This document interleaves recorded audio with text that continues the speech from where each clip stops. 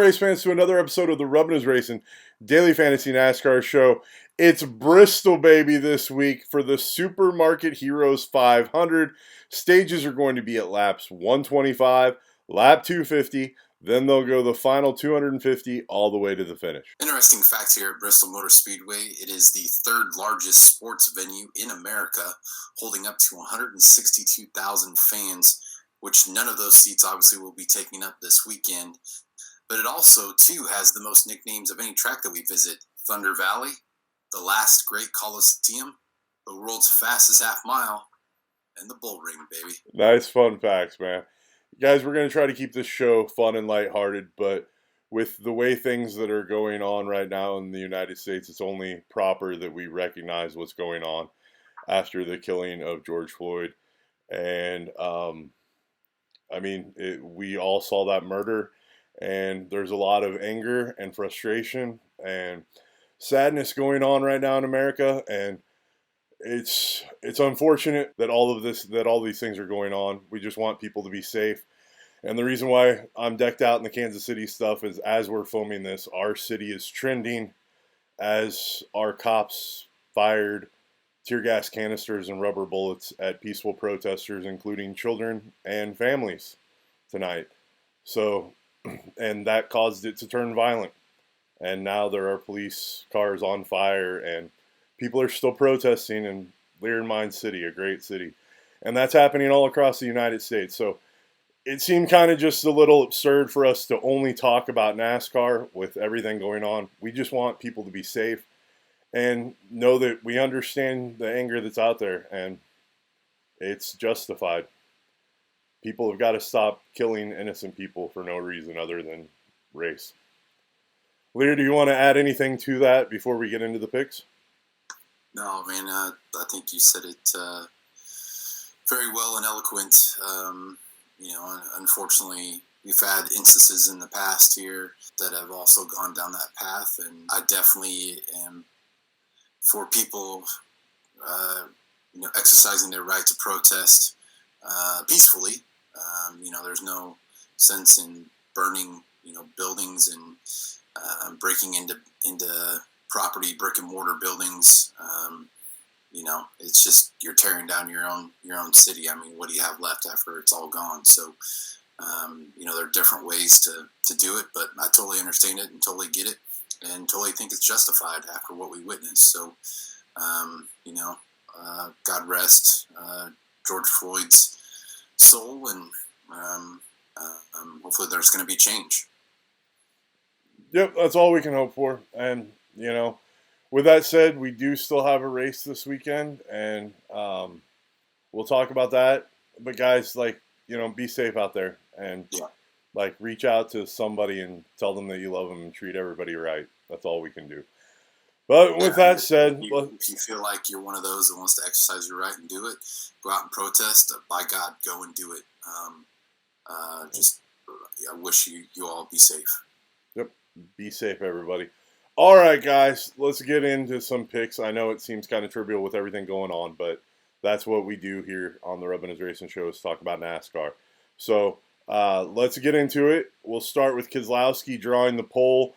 He's 9,100. He should lead some laps until his Penske teammates take the lead from him, or until some of the other potential dominators take the lead from him. But, he has 2 wins here. He's led some laps here, but his recent track history isn't that great.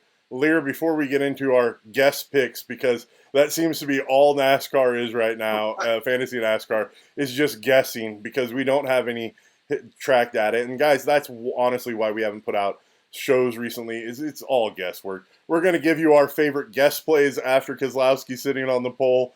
I have 4, Liehr has 4, and then we'll tell you the other guys that we're looking at this week. But all of our guess plays are guys that you need to be thinking about in your driver pool when you make your calculated guesses this week to play fantasy NASCAR. So, Liehr, with that said, what are your opinions on Keselowski? Yeah, I think it's warranted that you got to have some exposure on Kes just for the pure fact that he is starting from the pole. He's at a pretty decent salary rate of $9,100. And he's going to lead laps. I mean, it's just inevitable. He will lead laps. I mean, just take Denny Hamlin, for example. Last year, went 1-1 and led, I think, 79 laps. And so I totally see Keselowski being able to obviously lead quite a few laps, depending on if he gets caught by. I don't see Eric Amarola taking it from him, but his teammates, which obviously we're going to talk about, obviously have the opportunity to do so. But I like the Kes play, $9,100, and the last two races here last year in 2019, he led 40 laps and 91 laps. Didn't start way up high like he's doing tomorrow, but you've got to have exposure. All right. I think we covered the Kes play. We'll get into the rest of his Penske teammates just a little bit later. The play that my first pick of my guest guys, and I think it's somebody that you have to think about multiple times. And to be honest, this is the dilemma I have this week, is Kyle Rowdy Busch at 12,500 starting 7th. In the last 4 races here at Bristol, he has 2 wins, 3 top 5s, and has led a total of 218 laps here. Yet on non-super speedway tracks this season, he's led a total of 0 laps for us as a dominator so far this season. Here's the problem. Do you play at this salary a guy who's best at this track, and maybe this is one of his best tracks? Or do you recognize that we've made this argument at least 3 times so far this season, and we've been straight up wrong every time? Now, at some point, Rowdy will break out of this funk, and he is in that sweet Skittles car that he loves to take to victory lane. Is it going to be this week, or should you fade him and lock it up? I honestly don't know. I just don't want to be the guy fading Rowdy Busch when he busted out and leads 100-plus laps here and wins the race or finishes top 3, and you have to have him on the lineup. I mean, because let's be honest, before I turn it over to you, he has 8 wins here, 12 top 5. He's only led 2,333 laps at this track. If ever there was a place for him to break out, I would assume it would be here. But, Liehr, do you have any clarity on this situation? Yeah, I mean, looking down the list here, I mean, leading 378, 282, 153, 192, 256, 156, 117. I mean, 500 laps here. You got to have dominators in your lineups tomorrow. And Kyle Busch certainly could be that choice of one of those dominators. It's the question of if he does it. Starting 7th, it's pretty sweet spot for him. I mean, that's the 4th row. But it's going to take some strategy for him to get up there. So I don't know, man. That race team has been way off. And in our recent, after COVID-19 racing, we haven't had practice data. We haven't had qualifying. So literally all you can go off of is track history and current trends. And current trends for Kyle Busch is not good. And that race team has not lived up to expectations.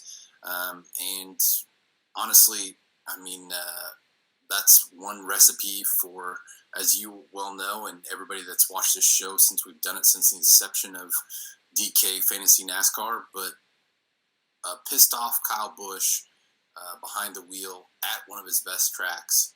It's kind of a recipe for some goodness. So, yeah, I'm definitely right there with you. I'm gonna be having some exposure on Kyle Busch for sure. But at the same time, it could be one of those to where he doesn't get it done, and at 12.5, that's really going to screw with your lineups. Oh, dude, if he doesn't dominate and you roster him, you will be praying for a min cash that he didn't screw up your lineup. That's just the reality this week. All right, Liehr. Kyle's my first guest player of the week. Who's your first guest player of the week? I love how we keep referring to as guest players, but guest driver would be more accurate, but yes. Yeah, but I'm going to be going with probably a pretty high favorite this weekend. based off the touts and everybody that does NASCAR content, reality or fantasy. But I'll be going with Matt DiBenedetto, or Matty DB. He's definitely going to be an interesting pick for tomorrow's race. We're racing at one of his best traded tracks, which includes his best finish, which he had last year when he started 7th and finished 2nd to Denny Hamlin, and he led 93 laps.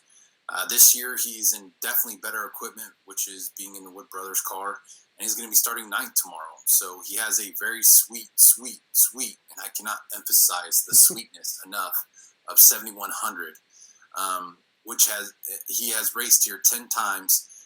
An interesting fact about Matt DiBenedetto is that in those 10 races, he's had positive place differential in each race, regardless of his starting position. He's definitely poised to make a run at it tomorrow, in my opinion. He's also coming off of leading some laps at Charlotte, which gives that 21 Wood Brothers team some confidence. Even if he doesn't lead any laps tomorrow, based on his price, he can still finish around where he started. He's still going to be required to be on the winning lineup. So I definitely love some Matty DB because he gives you some way each direction, whether he goes and does dominate or if he just kind of lays around and stays where he's at for most of the day. But I definitely see that car getting a top 10 tomorrow. Yeah, so at $7,100, it's a great play. And I remember last time we did the show for this track, I made the claim that I would never start Matt DB starting that high, and I didn't that week, and I was wrong, and it cost me. So your analysis here seems to be spot on. He's been finishing up in the top 10. He's definitely got the capable equipment. The price is right. Really, the only thing that's going to mess you up on this price play is if he goes over the cliff and has some sort of technical issue, like technical malfunction, or wrecks out the car. And we don't play that way because you can't calculate those kinds of things. So I think it's a spot-on dynamite play. Another guy that I think's a spot-on play that's getting a decent amount of buzz before I get into my Team Penske guest picks is that of Kansas native Clint Bowyer at 9,800. He's starting 23rd. He has 4 top 10s in his last 4 races here. The reason why I wanted to bring up Clint Bowyer is I've heard a lot of buzz about him from various people in the fantasy community, and I think he may be being played at a high rate, even though his salary is really high. But the interesting part is usually when we talk about Bowyer, he doesn't lead laps, so you automatically get to discount him. However, at this track, he does occasionally lead laps here. Matter of fact, he's led laps several times here, not just once or twice. But it's not at the consistency that you look for out of most of these other guys. And at $9,800, even if he goes 23rd to top 5 for finishing position, if he doesn't lead laps at that salary, you're not going to get paid off. So if his ownership is high, like I think it will be because people are telling people to play him, and the probability of him leading laps and being dominant is fairly low, I'm not sure. I think Bowyer may be a good fade this week. Liehr? Yeah, I mean, it's definitely proposed an interesting question on that, but he led 120 laps on my birthday, August 18th, 2018, going from starting 16th and finished 6th. And then last spring, he led 24 laps, starting 8th and finishing 7th. So, but, I mean, pretty crazy. Last 4 finishes here, 7th, 7th, 6th, and 8th, with a 2nd in 2017 spring race. So, I mean, guy's got some good track history here. That is no doubt about it, no question. But I am totally with you as well. If he doesn't lead any laps at that price tag, it ain't worth it. Well, and let's be clear, he can't even just lead the 20. Like, he has to lead 40 plus at that price tag and finish somewhere in the top 5 still with place differential to pay off. Unless something, especially with 500 laps up for grabs. So yeah. I mean, unless something screwy happens, that should be what he has to hit. And I just don't know that he can hit it. And I've heard a lot of people talking him up because of the place differential combo. And let's be honest here. I mean, screwy is going to happen. I mean, this is one of the shortest tracks we have. It's one of the highest bank tracks we have. I mean, for half of the field is going to be half a lap down when they start the race. I mean, the laps are going to be ticking so fast, it's not even going to be funny. So there is going to be carnage here tomorrow, and there's going to be paint transfer. There's going to be mechanical issues. It's going to be crazy, and it's going to be all about trying to fade all those potential issues, which we have no clue what will happen. But just, the further back you start in the field, and it is hard to pass here. So the further you start back, the harder it is. So, I like Boyer, especially with his track history here. I just, at that price tag, I don't know if he's gonna be able to pay off or not. Well, and I think this is a good point, kids, with all the guesswork that we're employing. It's time for your weekly reminder to only play what you're comfortable losing, because it is complete guesswork at this point in time. And, there's no real advantage to be had unless you think there's an advantage to guessing and taking more guess. But I disagree with that theory right now. And so does my bankroll. So, anyways. Yeah, did you expect Sticky Ricky to do what he did last, Thursday? Hell no. No, dude, and that's the problem. A lot of these winning lineups are lineups that you could have given me 450 lineups to come up with that combination, and I would have never scratched the surface of some of these.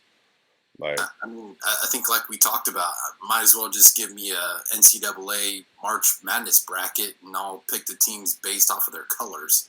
That's basically where NASCAR has been the past couple of weeks. All right, Liehr, who's your next guest pick of the week? So I'm going to be going with Erik Jones.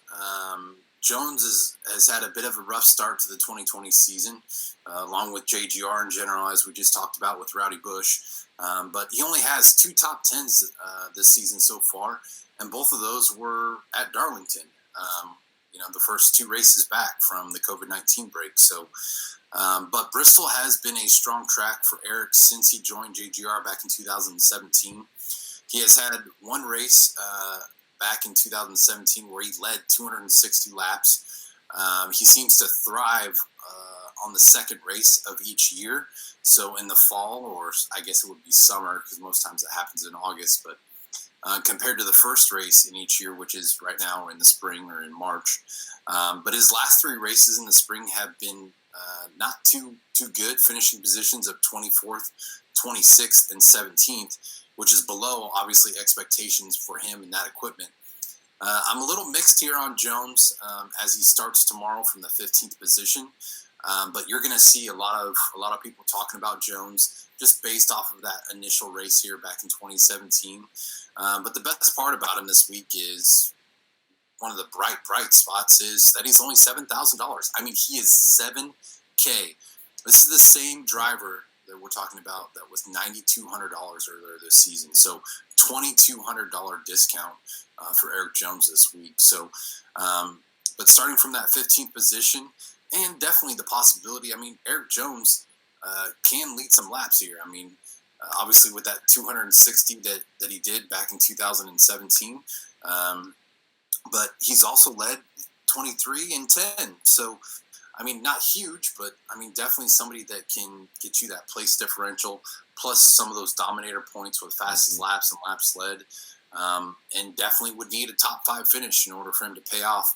But at 7K, I'm really liking it, man. Yeah, I don't have any problems with Erik Jones' play. Once again, it's a salary reduction. But like you said, he seems to do poorer here in the spring than he does in the fall. His ownership's going to be super high. The problem is there's not a lot of really good pivots at that salary level other than he and DB, and you're both playing guys that you hope are capable of performing better than what you think they might, which is really an interesting place to be in there. Another guy that I think is going to carry with him a lot of ownerships, and my third guest play of the week, is one of the Penske guys, and that's Ryan Blaney at 8,600. He's starting 4th. In his last 4 races here, he has 3 top 10 finishes. He's also led 100 laps, 121 laps, and 158 laps in 3 of those last 4 races. I love this play, but with Blaney being underpriced at 8,600, I think Blaney is going to be the highest owned dominator and the highest owned player that is going to be on lineups this week. Your thoughts, Liehr? Yeah, I definitely agree with you at that price point, and coming off that nice finish from Thursday night. So great starting position for him, and I wish I'd played him Thursday night because he was starting 18th. Excuse me. Sorry, we're filming a little late tonight, so. But yeah, I mean, starting fourth, and 3 out of the last 4 races, he's led 158, 121, 100. I mean, of course, he's got to finish, but I mean, that's some strong stats right there. Not only for Ryan Blaney, but Team Penske in general. Yeah, I definitely like Ryan Blaney. I'm right there with you. I think he's going to have a massive ownership percentage. But if it's the right play, it's the right play. Well, that's my rule. Ownership percentage be damned. Like, if it's the right play, it's the right play. And I think it's one of the right plays this week, or could be at least, in the world of guessing. All right, Liehr, who's your next driver, buddy? So I'm going to kind of go back down a little bit in the field, but I'm going to be going with Denny Hamlin.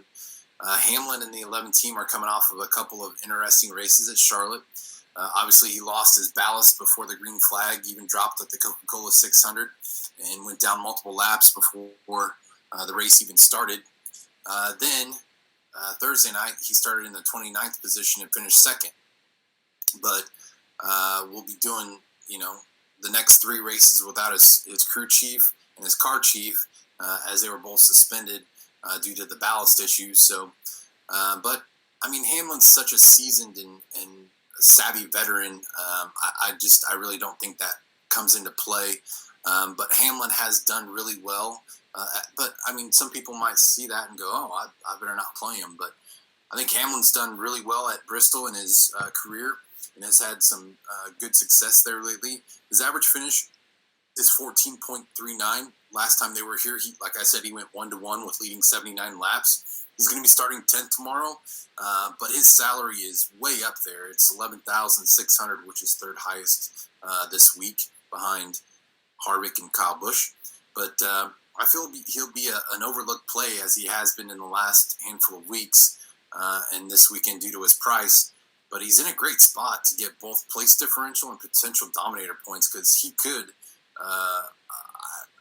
get up there and lead a bunch of laps. So I also like his definitely his advantage of no practice and no qualifying with this package, and having that playbook in their corner from all their success they've had here. So definitely liking some Denny Hamlin this week to be a sneaky kind of guy. Yeah, I mean, in the world of guessing, if I have to guess, and I think the ownership's going to be low on a guy that has good track history here, and I mean, is going to go overlooked by the masses.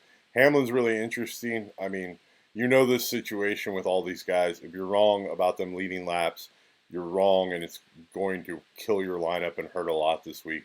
But you need to find them. Like, the key is you're going to get anywhere between, on the crazy races here, it's basically 2 cars do most of the dominating, but on the average, it's basically 4 cars do the dominating here, and you need to find those 4 that are going to lead 70-plus laps, and he easily could be one of those guys. But if he doesn't, it's going to be a painful, painful day at 11,600. Yeah. Another guy that is going to be a painful, painful day if he doesn't lead any laps, especially with the starting position, is my last pick of my guesswork, and that is Joey Logano at 10,700, starting third. He has 3 top 10 finishes and 2 top 5s in the last 4 races here. He also led 95 and 140 and 146 in both of those top 5 finishes here. Look, Logano's got good track history here. This is the kind of track that Logano shows up to. Team Penske is dominant here. They have 3 cars in the top 4. They're going to be able to get one of them out in the lead and have 2 blockers in all likelihood, keeping other cars behind them for at least the first chunk of this race. I think it's very easy that Blaney or Logano could overtake Kes even on the first couple of laps. But guessing which one of those guys it's going to be is going to be difficult. And it could be possible that all 3 of them pay off and are needed to be on the lineup. But it's not likely, as usually, knowing Team Penske, one of them usually has a really bad day, while 2 of them have a really great day. Liehr, your thoughts on Joey Bag of Donuts, as you like to call him? He had a good week on Thursday. Was in the winning lineup for the large contest. But, yeah, Logano is definitely an interesting play. I think he'll probably be underweight and under-owned just based off of where he's starting from and his salary. I think people will be drawn, obviously, to the Kyle Busch, Kevin Harvick, Chase Elliott coming off the win. Mm-hmm. And then you got your place differential guys after that. So I think there's not going to be enough salary left for the bag of donuts, Joey, on the race. So, but based off of his history here, yeah, I could definitely see him going up front and leading some laps, being one of those must-own guys. I'm just, I don't know. For me personally, I'm taking a stance, and I'm probably not going to have. I may have one lineup with Logano, but I'll be looking in different areas too because I don't know. I just don't see it from him. No, dude, and you know how I feel about playing Logano, man. I'm like the biggest fence sitter of playing Logano because the guy is temperamental. Like, if he had the cool of everybody else on that team, like, as I would roster him a lot more, but it's just, he's too inconsistent for me. But one of the places he is consistent is here, and he seems to be really good here. That's for sure. Yeah. So, all right, Liehr, give us your last guesswork guy, and then we will fly through our list of other possible guest plays of the week. Well, my last guy, I'm going to be going with probably the other play amongst plays this weekend with people flocking to Clint Boyer. It's going to be Jimmie Johnson, the number 48. Definitely been an interesting return for Jimmie Johnson since we've returned from the COVID-19 break. JJ's looked strong in his last season and would be looking a lot better if he didn't fail post-race inspection from the Coke 600. But Hendrick in general is off to a hot start, and so is Johnson. So it was a quandary whether to play him Thursday night, starting from the last position in 40th. But his salary didn't warrant to play him that night, and it was a correct pick because it wasn't warranted, along with how short the race was. But this week, it's a little different. If he was starting 40th, I think his ownership would be a lot higher than what it was on Thursday night. But this week, we have a ton, obviously, of Dominator points up for grabs. And with that sweet spot of starting 24th, it's a great position for him. I mean, he's 50% above the first starting position, and his salary is $10,200, which I think is going to come with some hesitation from people. But Bristol is one of his best tracks of his illustrious career, with an average finish of 13.28, with 2 wins, 12 top 5s, and 21 top 10s. In his last win, he came here in the spring race of 2017. I feel with his starting spot and how much momentum that team has going into the season, and so far this season, this could be a place for him to finally get back into the winner's circle. And Jimmie Johnson, the guy's been unbelievable so far in 2020, and I don't see that momentum stopping anytime soon. So the only thing with Johnson, though, is he hasn't been a lap leader since like 2013. Before that, he was leading laps like 175, 164, 107. But the only time he's led any laps was when he took down the win back in 2017 in the spring race, where he led 81 laps, starting 11th and finishing first. So yeah, I like the Jimmie play. The interesting part about this play is the salary and whether or not he can pay off and how many laps he has to lead. But more importantly to me is that 10-2, it's a opportunity cost of him versus other drivers. And I'm just not sure I can make that opportunity cost this week. I want to. There's some goodness there. I don't know, man. I'm torn. And we haven't even talked about a lot of these other guys yet. But I think we did a great job guessing on 4 apiece. But other guys that we haven't talked about that just seems crazy to me that we haven't talked about that could possibly dominate. But with no information, it's all guesswork. You got guys like Harvick that we mentioned. Chase Elliott, who will have probably high ownership. I mean, crap, Truex is pretty good here, even though he's never won. Right. Bowman, you've got Kenseth, you've got Reddick. You got Billy Byron. You got Bubba. You got Sticky Ricky. All of these guys are plays. And if you notice, I just went down the entire list with all the other plays that we've had. And that's because literally in this guesswork, guys, at Bristol, anybody could be a play. There will be some carnage. Guys, I don't want to tell you to not play anybody based off of data because we don't know who those cars are that are going to go several laps down early. Any of these guys are in play. The only strategy we haven't seen work so far since we came back from COVID is the super punt strategy where you roster somebody super cheap that's a backfield filler and hope that they make a little bit of different headway and go super studs. We haven't seen that work yet, but that doesn't mean that Bristol won't be the first time it does. So, guys, good luck with your guessing this week. Literally everyone's in play. You can justify a reason for anybody this week.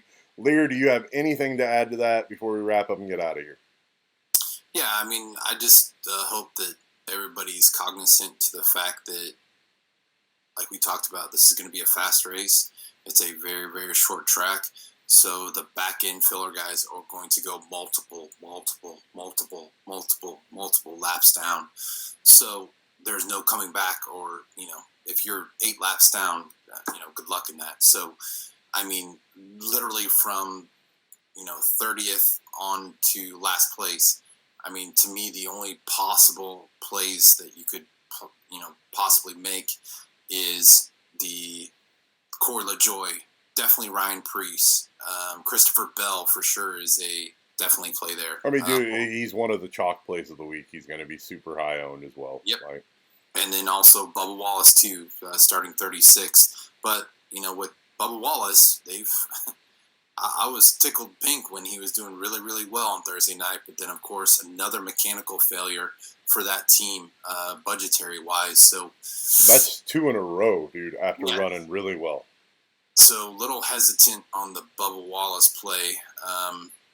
And then, of course, you got Daniel Suarez, but he's, can't trust the equipment. Subpar equipment. So, yeah, I mean, there's definitely going to be some interesting backfiller plays there, and definitely Tyler Reddick too. I mean, that boy's been off to a hot start, along with John Hunter Nemechek for Rookie of the Year. Yep. So both of those guys are, right there in the running. But going to be an interesting race, brother. I'm looking forward to it. Yeah, I'm really looking forward to it too. Hopefully it's a nice break from all the craziness that's going on right now. But with that said, guys, thank you for tuning in. Remember to like, share, subscribe, leave any comments you want. Hopefully we'll have time to engage. And that's one of my favorite parts is us having conversations and being able to talk with everybody that watches the show. Guys, be safe out there. And remember, don't be racist. Don't be stupid. Love one another. We're better than this. Yeah, we are. It's Bristol, baby. Good luck as always, and if I'm not winning money, I hope it's Liehr, and if it's not one of us, we hope it's one of you guys. Later, y'all. Have a good weekend, guys. All right.